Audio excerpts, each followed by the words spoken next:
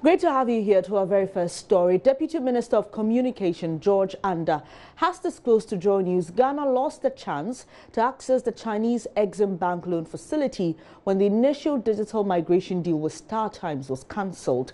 Speaking to my colleague Kojo Yankson, the Deputy Communications Minister said if Ghana is able to get the approval to access the Exim facility, then Chinese company StarTimes will execute Ghana's digital migration enhancement project. He said, quote, if we are able to access the facility, it is tied to StarTimes doing the execution, end quote. There's an MOU that has been signed. And then based on the MOU, there are discussions that are ongoing. Included in that discussion, the opportunity to access the Exim Bank facility if we get the right approvals. If we're able to get the right approvals to access the Exim Bank facility, then StarTimes would be doing the execution of the project, they enhance the network. When they took us to arbitration, it had nothing to do with the Exim facility. So how did the Exim facility get introduced into the arbitration process? The Exim facility was pulled off. When the StarTimes contract was cancelled, the Exim facility was pulled off. That is why the previous administration had to sell one block of spectrum to start it. You remember that they put out 2 blocks of spectrum, and there's only one that was sold. Okay, so government of Ghana had to then look for the money internally by selling spectrum to be able to do the network. So now, what you're going to take to Parliament and Cabinet for approval is an arrangement for StarTimes to come and enhance the system and nothing more. The intention of engaging StarTimes when we access the Exim facility is purely to enhance the network. You say intention? Yes. Why that? Because it's not yet approved. So it's not a decision. It hasn't gone through their discussions, there are technical discussions, there are commercial discussions that are ongoing. So it's not yet approved. So I guess my question is, what you are asking them to discuss and possibly approve is the bringing of StarTimes to enhance the system and nothing more. What we are asking for approval for is to access the Exim facility so that we can use that money to enhance the network and to enhance the infrastructure that we have. If we're able to access the facility, it is tied to StarTimes during the execution. Well, President of the Ghana Independent Broadcasters Association, GIBA, DANSO-ANINKORA, is on the phone with us now. Thank you so much for your time. Mr. DANSO-ANINKORA, what do you make of the explanation by Deputy Communications Minister George Andah? First, he says that this is just an intention, and he also explains that this is linked to an Exim Bank facility. Okay, thank you very much. I have not listened to Deputy Minister in totality, but the little I heard from him, gives me the impression he's saying that there is some money sitting with Mr. ANINKORA, sorry to cut in, but that's what you just heard before we brought you onto the line. He explaining to my colleague Kojo Yankson yes. what this is. Yes, basically. So from my understanding of what he said, in simple sense, he's saying there is some money sitting with the Chinese Exim Bank. And because we want to access it to do certain things, we want to sell our digital space. We want to give free access of our digital space to the Chinese. But why do you believe the satellite distribution will mean handing over our broadcasting space to the Chinese? What is the content? Where are the 300 villages? Who are the 300 villages? Now he says Ghana government is going to build a studio to develop local content. What business has government in developing local content? In building studios and running broadcasting? What is going to happen to GBC? The infrastructure that GBC has built, the infrastructure that NAFTI has, what is happening to them? How are we using them? What good use are we putting these to? The large studios that have been built by individuals, independent broadcasters all over the country, how are we using them? So that we will go to the Chinese. And the minister says, we are going to lose the case. We are not going to lose the case. I am not a lawyer. I cannot talk to that particular one. But from my position, what I know is that this matter has been settled. And sometimes have been booted out. Bringing them back is to appease their managers, their employers, their financiers to please them and for them to give you money, not caring what happens thereafter, because you would have had the money to do something that you plan doing, which will not be in the favor of the individual broadcaster. Mr. Danso, are you raising concerns because of the Chinese element? We are raising concerns because there is no fairness to the private broadcaster, Ghanaian private broadcaster. That is why we are raising concerns. We are saying that too much control is being given to people we do not know, people who are coming from outside Ghana, who are not Ghanaian citizens. It is not about Chinese, it is not about Vietnamese, it is not about whoever. It is about Ghanaians. And it is for Ghanaians. Mr. DANSO-ANINKORA, belongs to Ghanaians. I'll have you hold on just for a few minutes because we have more from the Deputy Communications Minister. Now, asked whether the deal with Star Times is a condition by the Chinese government for Ghana to access the Exim Bank loan facility, the Deputy Communications Minister said he had this actually to say. The Chinese ambassador to Ghana, the new one, Sun Bao-hong, said he was going to help us access the Exim facility. The president and an entourage went to China recently, and accessing the Exim facility was part of the discussions they had there.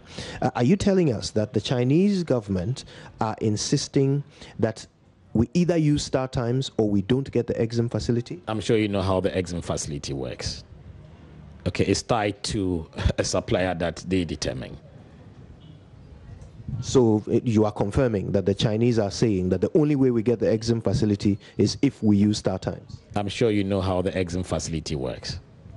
Mr. Andah, why don't you just be clear with us and state it categorically? Stated that is the Exim facility, that is how it works. So we must have Star Times, otherwise no Exim facility. If we want the Exim facility, we have to go with the terms and conditions of the Exim facility.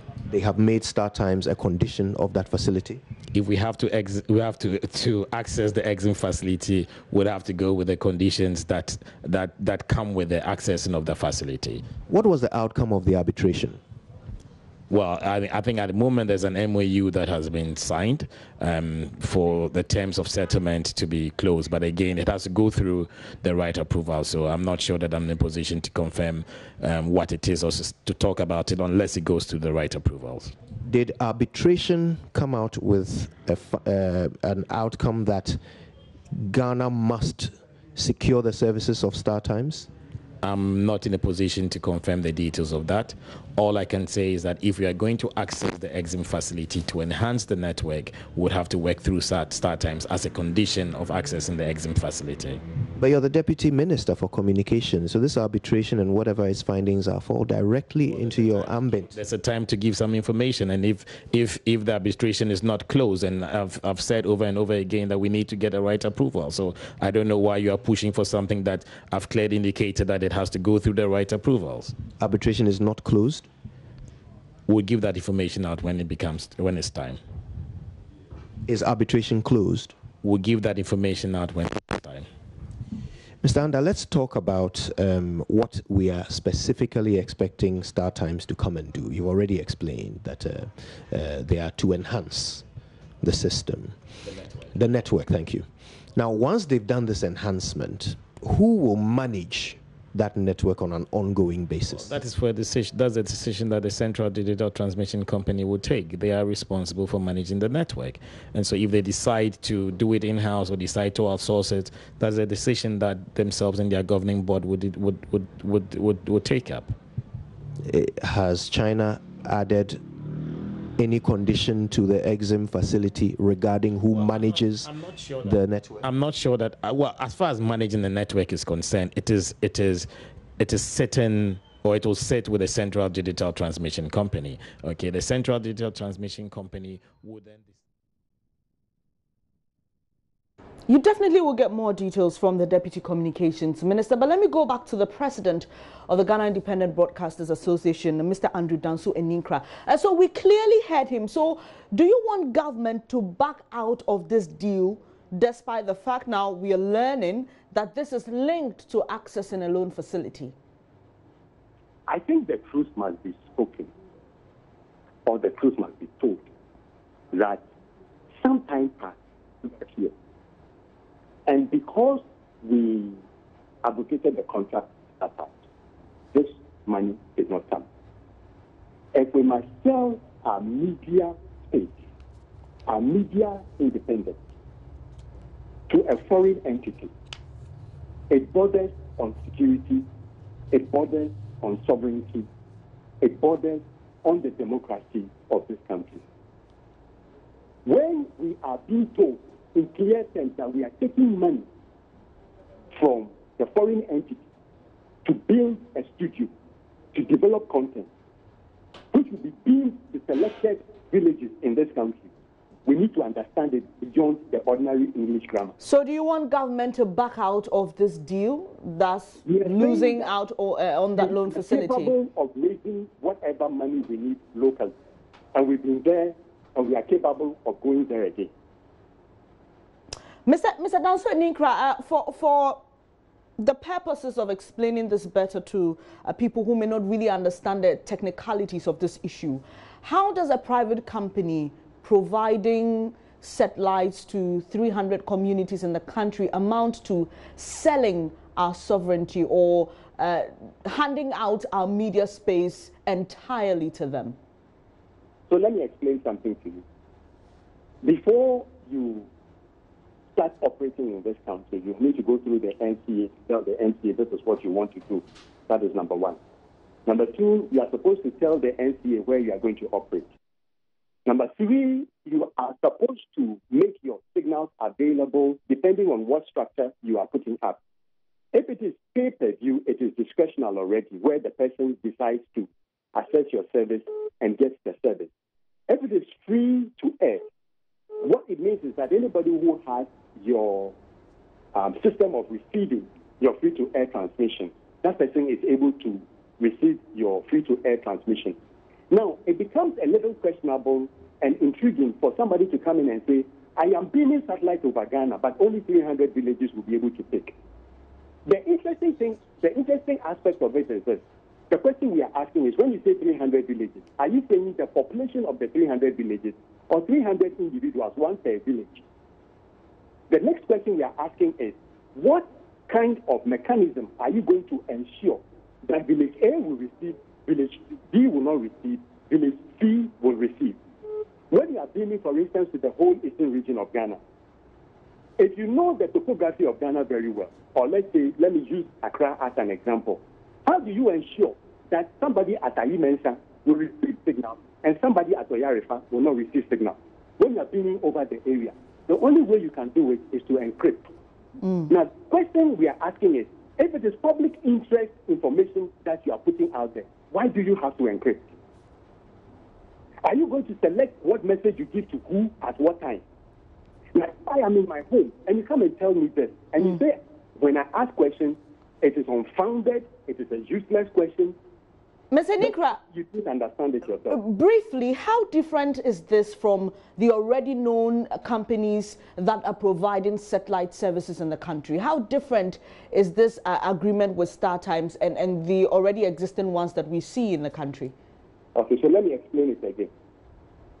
If I am providing satellite, I'm providing satellite to a group of people within an area. Now, it is me who will decide that I don't want everybody to receive it. That is the service for which I'm giving license. I hope you understand it that far. So that if I'm discriminating, it is the one who applies for the license who says I have to discriminate. Now, what we know is that StarTimes license is to discriminate. StarTimes license, which has been given by the NCA, is pay-per-view. That is what they are doing. If that is what they are doing, and they are bringing in infrastructure to expand their work, how then do they get 3 million waivers to compete in that area where a Ghanaian is already also in? How fair is that? That is number one. So you say this is to expand DTT. Now, DTH is different from DTT. What StarTimes is doing is called DTH, pay-per-view. It's DTH pay. That is what they have a license for. If they are coming into DTT, then they must come as a company which is registered to provide that service. We are asking questions. Are they registered? The answer is not forthcoming. So when we raise the red flag, we have every reason to raise the red flag. Well, Ms. Aninkorah, let me just bring in another angle. Deputy Communications Minister George Andah has been explaining the involvement of Star Times and the role of KNET. Now, he says GIBA has been involved in every step of this process. Star Times is back. What are they here to do? I'm not sure that anybody has said Star Times is back. Okay, so I mean, there are ongoing discussions that is emanating from the arbitration of the suit when the Star Times contract with the MOC government of Ghana was terminated. Okay, we believe that it makes better sense for the issue to be settled, for us to be able to access the Exim Bank facility and to use the money to enhance the existing infrastructure that KNET has built. KNET have, I'll say, 95% delivered on the scope of the contract in terms of building the DTT infrastructure, and they've done an amazing work. However, there are certain limitations with the existing infrastructure. Like, for example, there are only 40 channels that can be transmitted on the existing infrastructure. The NCA has loads of applications from broadcasters that want to apply. There are no regional stations that are available. There's no redundancy that is available. There's a need for additional multiplexes to be put on the system. There's a need for the headquarters of the Central Digital Transmission Company to be built. There's a need for technical enhancements to be done on the network. There's a need for renewable solar energy, okay, for the network operating center to be put in place. Okay, so there are significant things that need to be done to enhance the network, and those are the discussions that are ongoing. If we receive the right approvals, of course, through cabinet, through parliament, to be able to access the facility, and then we'll be able to do some of these things. So it is actually totally misplaced for GIBA to be suggesting that Star Times are going to be managing the national digital television infrastructure. It is a fact of matter that GIBA is aware that in the draft DTT policy, for which they provided input, okay, the composition of the Central Digital Transmission Company's board is there, and given the National Media Commission, NCA, I mean, all these stakeholders are represented on the board. So as to how they can forget about these things that they themselves have helped us put together and start to get into a panic situation that we are handing over the national digital television infrastructure to Star Times, for me, it's a bit of a misplaced concern. I mean, there's no truth to that. Okay, so the obvious question would be, if KNET has built what we have so far and we need more, why not ask KNET to do whatever else we need? Well, I did say that what we are looking at is subject to going through the right approvals, and it is subject to us having access to the Exim Bank facility. And I'm sure that you are very much aware that if we access the Exim Bank facility, whoever it is that is going to execute it is tied to the facility. So there's nothing, as far as the main contractor is concerned, there's nothing that government of Ghana or the ministry can do. Insofar as we go through the right process, we go through the right procurement process, it delivers value for money and something that is good for Ghana. I mean, if at a point in time KNET decide to engage with Star Times and Star Times decide to give them something to do, that is their own internal arrangement. But as far as accessing the Exim Bank facility is concerned, and again, I do emphasize that it's subject to us getting the right approvals. Okay, if we get the right approvals and we're able to access this facility, then the accessing of the Star Times facility is tied to Star Times doing the execution. Thank you for staying on the line, Mr. DANSO-ANINKORA.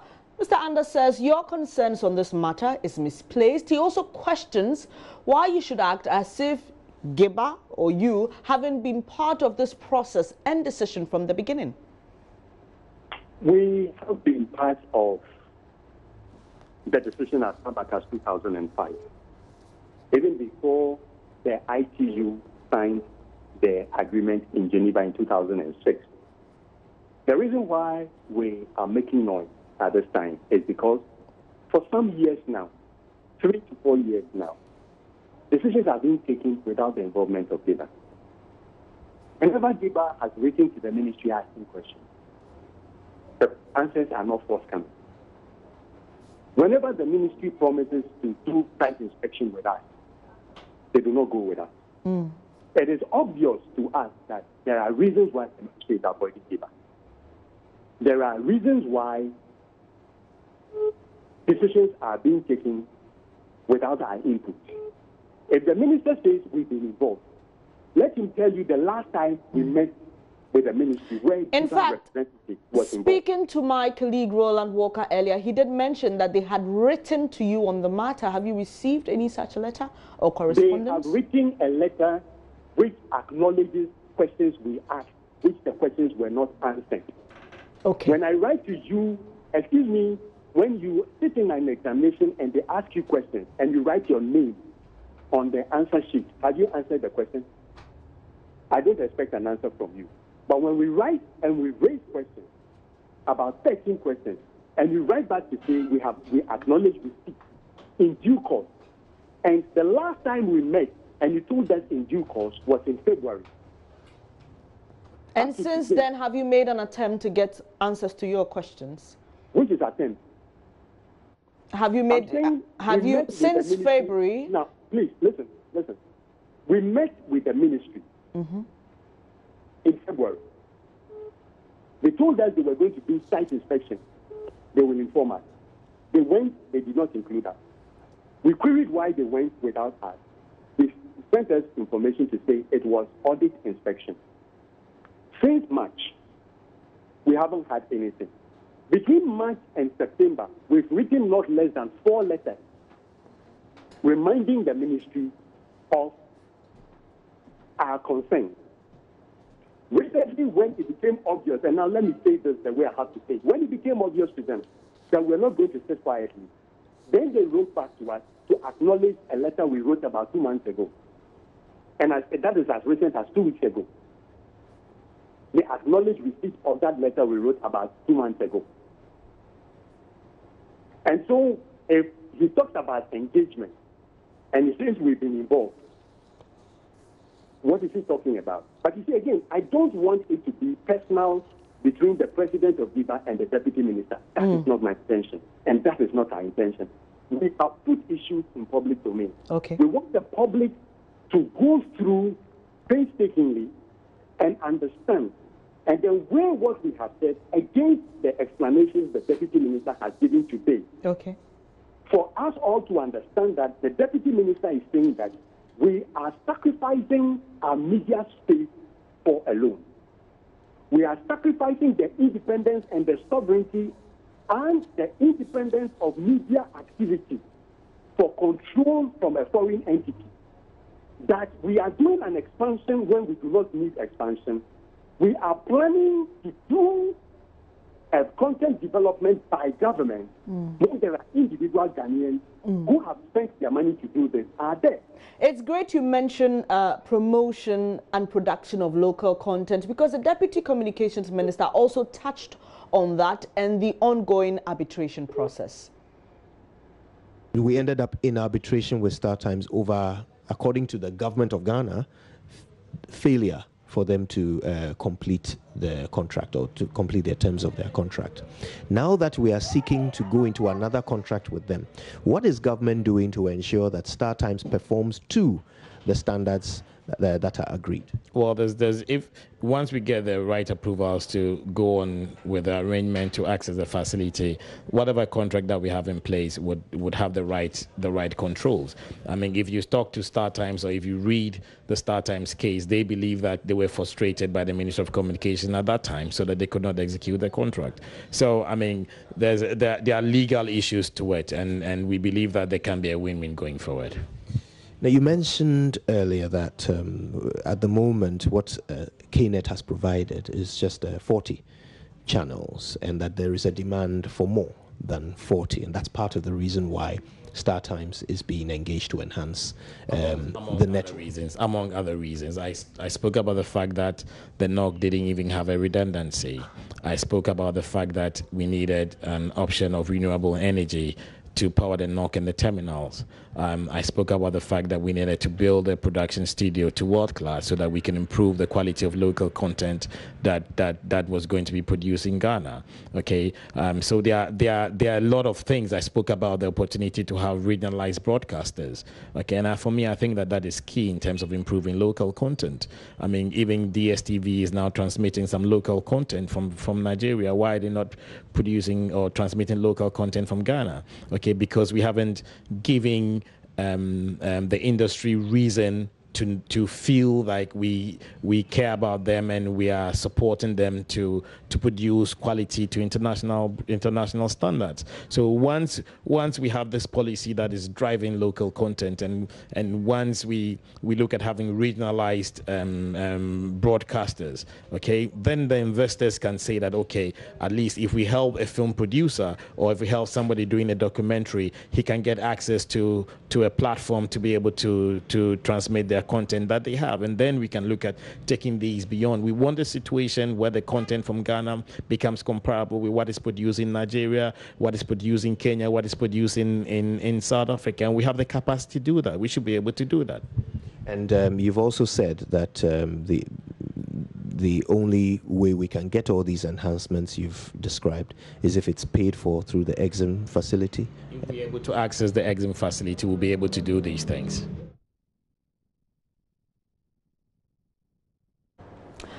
Ms. Anininkora, I would like to ask you now what GIBA wants. You've mentioned that you want a public discourse on this. We've also been told that as it stands now, this is just intended. We are yet to receive approval for it. So what does GIBA want now with regards to this Star Times arrangement? All right. Thank you. I think the direction the ministry is taking, the whole communication, especially when it comes to broadcasting, is not in the interest of the independent Ghanaian broadcaster. And therefore, we want them to engage more the independent broadcaster, number one. Number two, what we are saying is that bringing in foreign entities and giving them so much control of our airspace and asking them to do infrastructure development when we have Ghanaians who are capable of doing it, you are not being fair. When you talk about local content development, you are not adhering to that. That is hypocrisy. Then number three, what we are saying is government has no business running private business of content development. It is not the business of government to go into that area. We all know what government has been doing since time immemorial when we started broadcasting in Ghana, and the role government has played. Let them keep it to the GBC, unless they are saying they are not doing something different from GBC. Let them keep it to the GBC and leave all other issues to the public developer. The private developer. If there is a need for private developer to feed some portion of what we do to promote certain aspects of health content, the private developer or the private broadcaster has shown more than enough faith to do this, and we are ready to discuss this and do it. DTT development up to today has been a private-public development. It has been a discussion between GIBA and the public sector, and it should continue. We have a committee which has been advising government, previous government, and current government. The engagement should be strengthened. We want to see more of that engagement. We want to know what is going on. They should be forthcoming with information, and they should not, as it were, be dodgy about questions when we ask, because we are capable of understanding what they are doing. Thank you very much for your time this morning. Andrew DANSO-ANINKORA is president of the Ghana Independent Broadcasters Association, GIBA. Now, if you just tuned in, we've been talking about there's arrangements between Star Times and the government of Ghana to provide satellite service to some 300 villages or communities, and GIBA has been raising some concerns. Here's a brief wrap of the concerns raised by the Ghana Independent Broadcasters Association. Now, the agreement is on a program titled Access to Satellite TV for 300 Villages in Ghana project. Star Times plans to provide 10,000 villages in Africa with satellite TV access, ostensibly to improve access to information on the continent.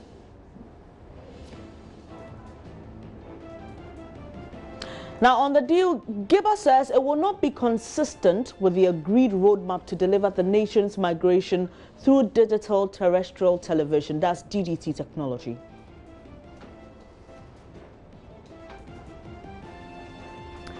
It further states there has been absolutely no stakeholder consultation for this project. It will also run counter to the National Digital Migration Policy and the existing cultural policy of Ghana.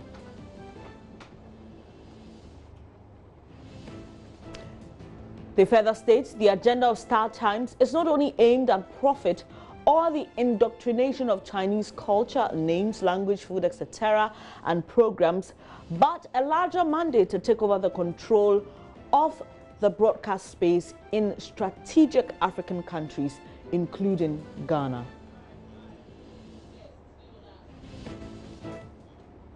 This is News Desk with me, Bernice Abubedu. Stay with us.